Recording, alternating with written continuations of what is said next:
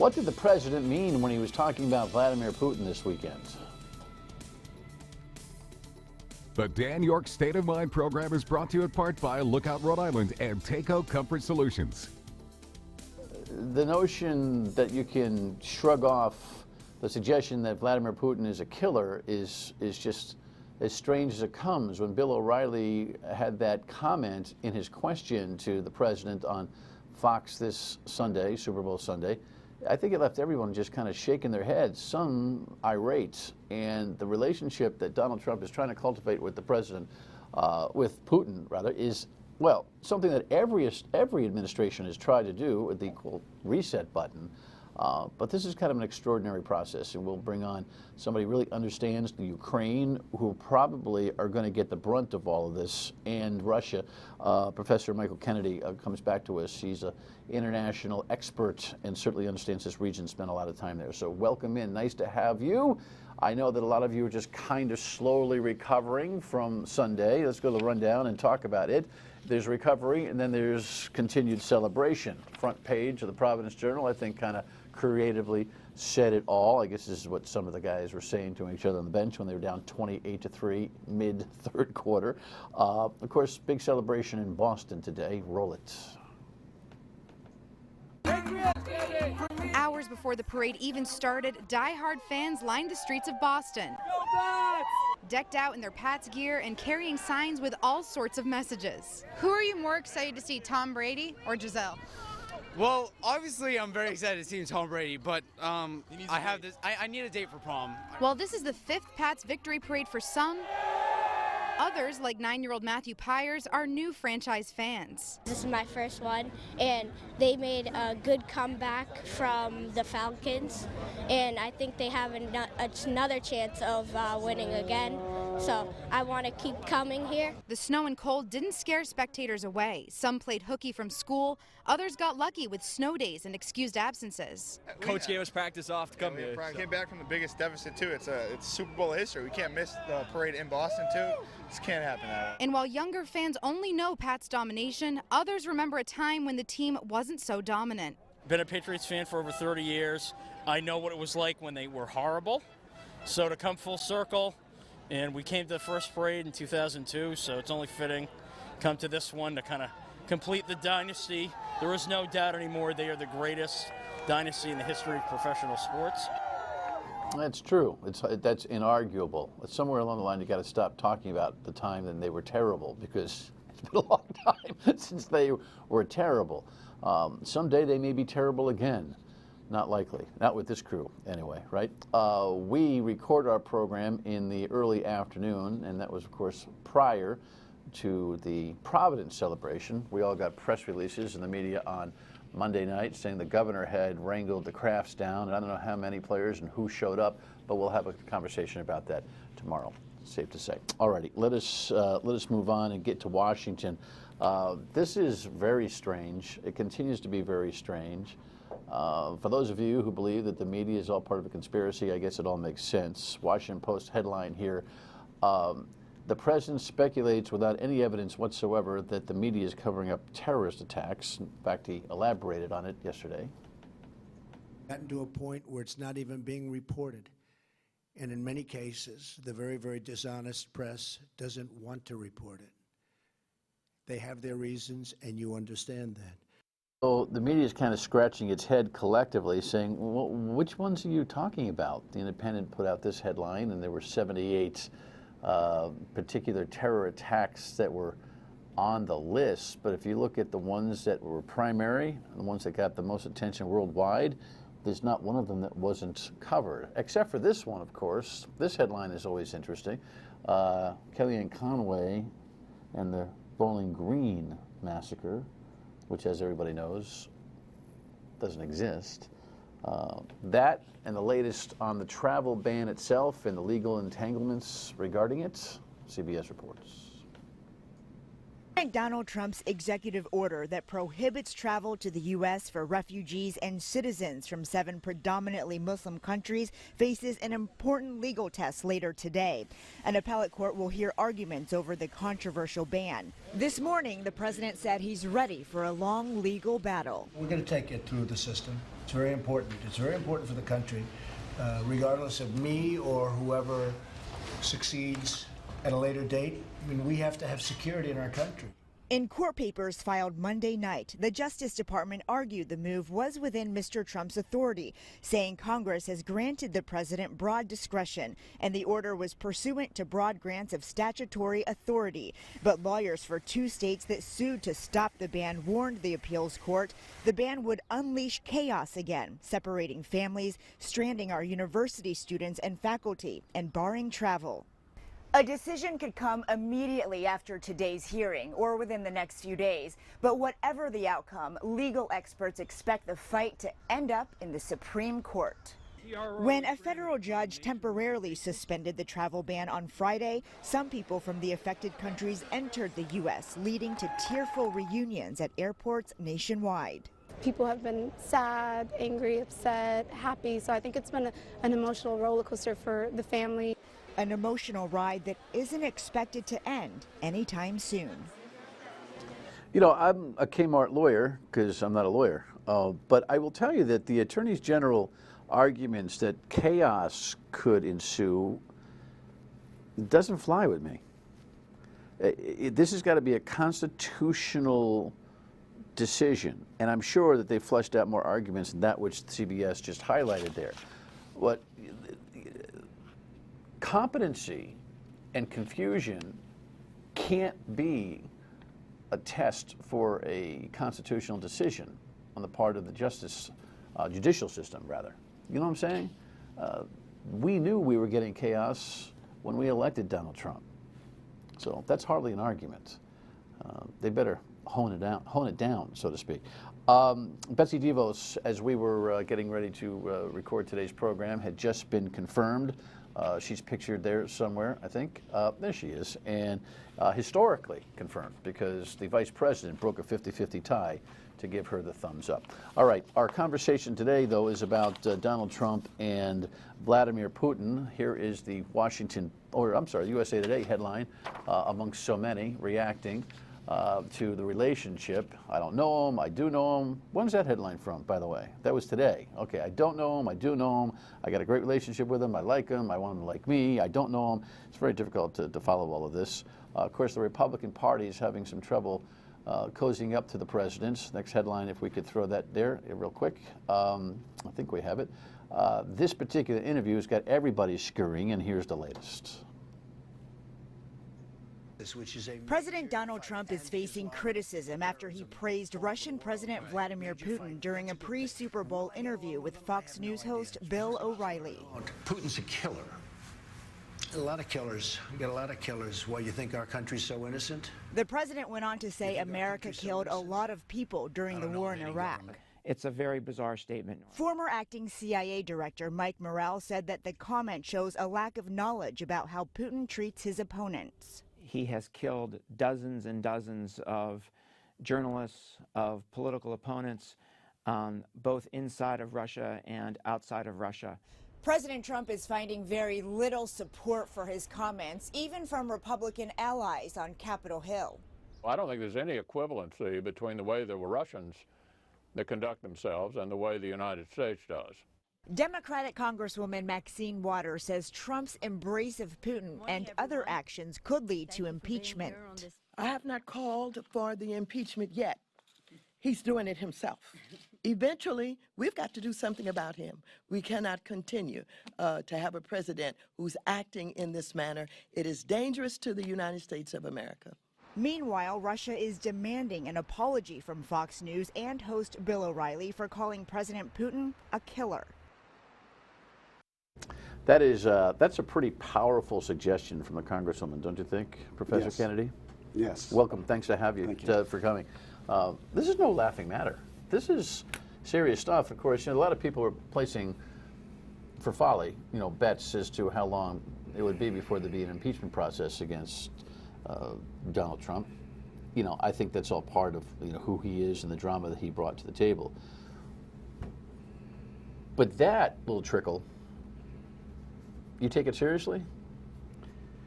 I take it very seriously for the act itself and the question of what it represents more broadly. The act of impeachment you're talking about? The act of saying that somehow Putin and his Russia and the United States are basically the same.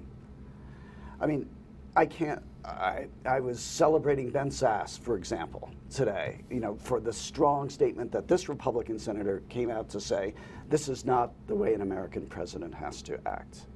So, as a sociologist, I have to ask first what the effect of this kind of statement is going to be, and even to ask why. Why does he do that? This is not the first time that he has diminished Putin's style of leadership and made it equivalent to the United States. He did this on Morning Joe directly, you know, I think, you know, earlier in the year. So this is not something that he just came up with in the middle of the night. In his defense, if one can be mustered, I think he's a very linear thinker in a lot of ways, and I think he sees Putin as an asset to quell ISIS. Of course, that relationship is going to affect the Ukraine and neighbors in a dramatic way, and that's a lot where your expertise lies because of your time there, so we'll talk about that. But I think he says to himself, yeah, he is who he is, but we need him as an asset, so I will clumsily, as I always do, diminish the concern. So I think this is an important issue to take up. I think there are two things to think about in this. One is, what is going to be the best way for dealing with ISIS? Is the alliance that apparently Trump is trying to develop with Putin the best way to do it? And it's not obvious to me that that's the best way to do it, especially if the alliance is on Putin's terms. And this is what he's setting up. All right, I want you to be able to elaborate on that thought. So that's kind of the premise for our next segment. Don't go anywhere. In the meantime, I just want to remind you that there's a lot of great technology that the Navigant Credit Union has brought to the table with their new Card Valet program. You can control your debit card right from your phone. It is a fascinating piece of technology. You know, some apps are really cool, some apps are, this one is a really cool app. You'll never not know what's going on with your account on the fly, on your phone with Card Valet. It's an enhanced online banking system that Navigant Credit Union has developed, and I recommend heartily that you grab it because I did, and it's really cool. We'll be right back with Professor Kennedy. Stay with us.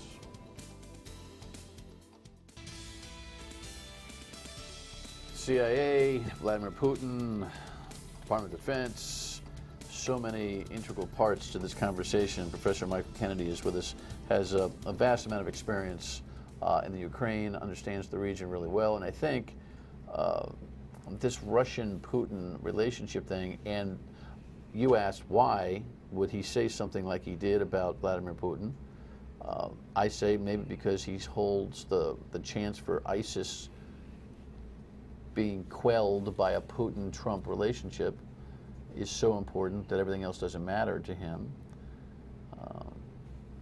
But you say there are questions that need to be raised about Russia actually being the asset via ISIS that clearly the president thinks it is. So I would take it in two steps. The first step is, yes, definitely we need to defeat ISIS. But we can't just think about defeating an enemy and not thinking about the consequences of that after the fact. Right? Got to look down the road. Look down the road, right? So that's not my wheelhouse, and I don't want to talk too much about that, but I think saying that we're going to ally with Putin to defeat ISIS is not enough. We need to think about what the strategic vision is beyond that.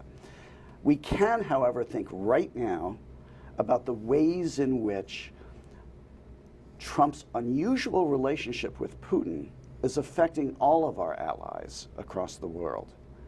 In fact, you know, if you look at those phone calls that he had a couple weekends ago, his best phone call was with Putin, and his worst phone calls are with our allies. So for me, when I think about that, when I think about the implications of this for our global strategic power, because we're powerful by ourselves, but we're more powerful with our friends. And if we're alienating our friends and cozying up to someone whose ideals are worse than I would hope are nightmares, I don't see us having a sort of confident future ahead. So there are two things that we need to think about. What are the likely implications of what Trump is doing with Putin? And then to ask, why? Why does he have this relationship with Putin? And is there a way out of that? Because I can't see anything good coming from it. Well, the why, the conspiracy theorists out there think it's a business relationship, you know, embedded in the motive for running for the presidency. If that's true, this administration and this country are in deep trouble, because extricating that's going to be a filthy mess. If it's just motive, you know, again, for an ISIS defeat, someone's got to explain to him that there are other problems. I mean, the Ukraine takes it on the chin, no doubt about that. Absolutely. Because the deal to be made for ISIS support is going to be hands off on what's happened with Ukraine and Crimea, and there'll be no more pushback from anybody in the free world or in NATO, right, for an ISIS relationship, because Putin will demand that. Correct? One would think. Right? And your experience in Ukraine tells you what about that? What happens? So this part of the world, I've worked extensively in Ukraine and even more in Poland. And this part of the world is really familiar with, if I can say, being sold out by the West when it becomes inconvenient to support them. That's a recipe for instability, because if they fear the sellout, they're going to have to figure out other ways to defend themselves from this outcome. But right now, I do have some hope. I mean, Ambassador Haley in the United Nations stood up for Ukraine and actually said that if we're going to have better relations with Ukraine, or with Russia, with Putin, they're going to have to give back Crimea. Right? I fully respect General Mattis. I mean, he is one of the most important appointments in this administration. And so one of the things... give Donald Trump credit for appointing him. I do give him credit for appointing him. I don't give him credit for appointing a lot of other people. But Mattis is somebody that should be able to steer Trump in the right direction if President Trump will be willing to listen to a man of integrity, of vision, and of experience. But sometimes I have to wonder whether there's not only the question of whether his private holdings in Russia are influencing him. There's, of course, also the speculation that there's some kind of ideological affinity between people like Steve Bannon, whose views on white supremacy actually have something of a resemblance with the extreme Russian nationalism that Putin is himself stimulating. Because both of these things, what enabled Putin to come back from those 2011 protests? A celebration of nationalism. Well, it's going to be interesting. And one more thing, if I may. Yeah, please. The other thing that we might want to think about is, to what extent does Trump actually admire Putin's style of leadership? Because one of the things that this beautiful article on Intellectuals for Trump pointed out is that they're trying to develop an ideology around him in which there's an expression of no accountability. Trump is accountable to Trump. Putin is accountable to Putin. This sort of emerging style of leadership in the world is appealing for people who feel like they are forgotten. Well, that'll be a test for the democratic system of significant proportion. Absolutely. I think it's probably too early to start talking about this thing breaking up. But who's more important to Donald Trump in the long run, Bannon or the defense secretary? We'll talk about that when we come back. Stay with us. I'll get disappointed from time to time at the outcome in courts on things that we care about, but I think it's best to avoid criticizing judges individually.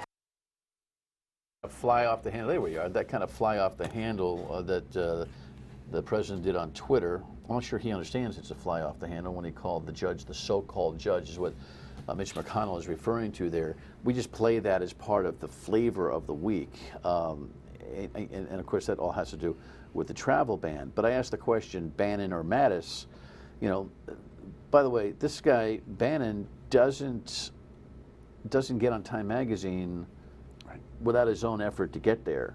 And so all of a sudden now you already see that Donald Trump, someone's got to pull Donald Trump aside and say, hey boss, maybe somebody in the family, hey, Bannon's running his own race here. You better understand that. I think he's expendable sooner than later.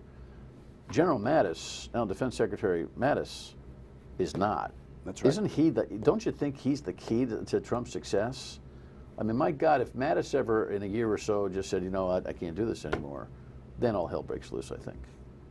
I hate to see that happen because we don't want to see the company in jeopardy. But he's got a lot of cards he's holding. That's right. And I can't believe that General Mattis accepted this role without some assurance from President Trump that he would have authority in many matters that are critical to our security. And so this is the mystery for me. You wonder if Mattis picked up the horn and said to him, Mr. President, you can't say that anymore. You can't say what you said to Bill O'Reilly. You can't say that. Do you think anyone has told the president he can't say those things? I would be shocked if people haven't told the president. I would not be surprised if the president overlooks it, ignores it. Why? Because and sometimes his impulse control is completely out of control. And this is destabilizing for the world because words matter. Diplomacy matters. And when President Trump says these things impulsively, maybe he's trying to expand room for his negotiation, but he's not doing the art of the deal. He's representing the United States in the world. And that's a different game. Where do you think this goes?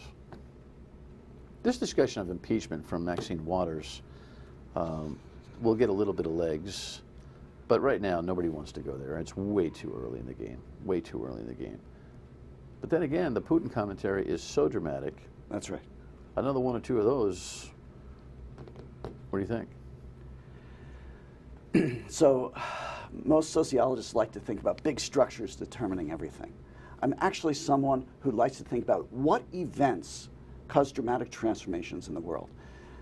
This kind of conversation with Putin is one of those events which might signal a degree of instability that not just Democrats, but also many Republicans will wonder whether he has the consistency to lead the nation. He can't be forced out on the basis of tweets. But tweets leading to... He can't be forced out on the basis of an interview either. On the basis of an interview. It's got to be an act. And what will that act be? For example, what if Putin perceives an opportunity now to do even more in Ukraine? Well, we can sort of back off of that. I wouldn't want us to, but we could. But what if he interferes even more in Estonia, Latvia, or Lithuania, who are our NATO allies? Will President Trump honor our NATO commitments, or will he back off because he wants to give space for Putin to act as Putin those wishes? will be strategic decisions. I don't know whether they'll end up being impeachable decisions. We should probably postpone the impeachment conversation for quite some time, but it looms. It looms. It looms, no doubt. 10 seconds. You worried? Very. I'm very worried. About? I'm worried that the responsible people around President Trump will not be able to guide him toward responsible behavior. All right. We'll stay in touch. Thanks for your expertise. Final word and we come back. We'll check back in with the Patriot celebration from earlier today, tomorrow, and of course, don't miss the radio program, weekdays 3 to 6 on WPRO. Thanks for watching. Appreciate it. You have a good night. See you tomorrow.